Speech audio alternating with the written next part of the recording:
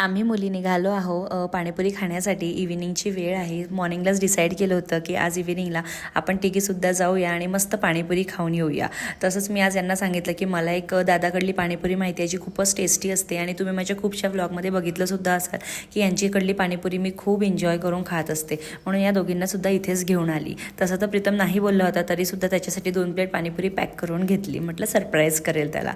त्यानंतर इथे सिरवीचं एक स्टोअर आहे, तिथे पण आम्ही गेलो होतो कारण प्रज्वलीला तिच्या केक बेकिंगसाठी काहीतरी प्रोडक्ट्स हवे होते, पण ते तर इथे तिला काही मिळाले नाही. म्हटलं चला असो, माझं एक काम आहे व्ही आर स्टोअरमध्ये, तिथे जाऊन येऊया. आजीचं एक रिचार्ज केलं होतं जे की तिच्या फोनमध्ये अजूनही आलं नव्हतं, त्याचीच इन्क्वायरी करायला इथे आली होती. पण ते बोलले की ते जे तुम्ही रिचार्ज केलं ते इंटरनॅशनल कॉल्ससाठी आहे, पण तिथे असं काहीही लिहून नव्हतं. त्यानंतर आम्ही घरी आलो. खालीच एक फ्रेंड भेटली होती, तिच्याशी गप्पा गोष्टी केल्या आणि त्यानंतर मी गेली लवकर घरी.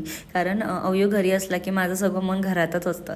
घरी आल्या बघते तर काय माझं बाळ त्याच्या कार्ड्सशी खेळत होतं. अख्खं घर त्यांनी पसरवून ठेवलं होतं कार्ड्समुळे.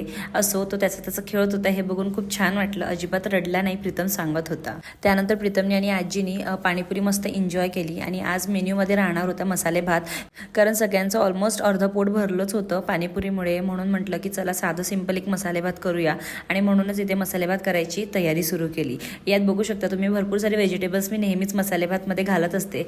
हेच एक बहाणा असतो ज्याने आपल्या पोटात भरपूर सारे व्हेजिटेबल्स पण जात असतात. त्यानंतर आम्ही सगळ्यांनी मस्त मसाले भात आणि कढी एन्जॉय केली आणि मग प्रीतम गेला वॉक करायला. त्यानंतर मी सगळं माझं घर आवरून घेतलं आणि त्यानंतर मी अव्यूला घेऊन गेली वॉक करायला. त्यानंतर अव्यू आणि प्रीतमचं हे बॉन्डिंग तुम्ही बघू शकता. बाबांना बघून तो इतका आनंदी झाला की किती दिवसांनी भेटले आहे.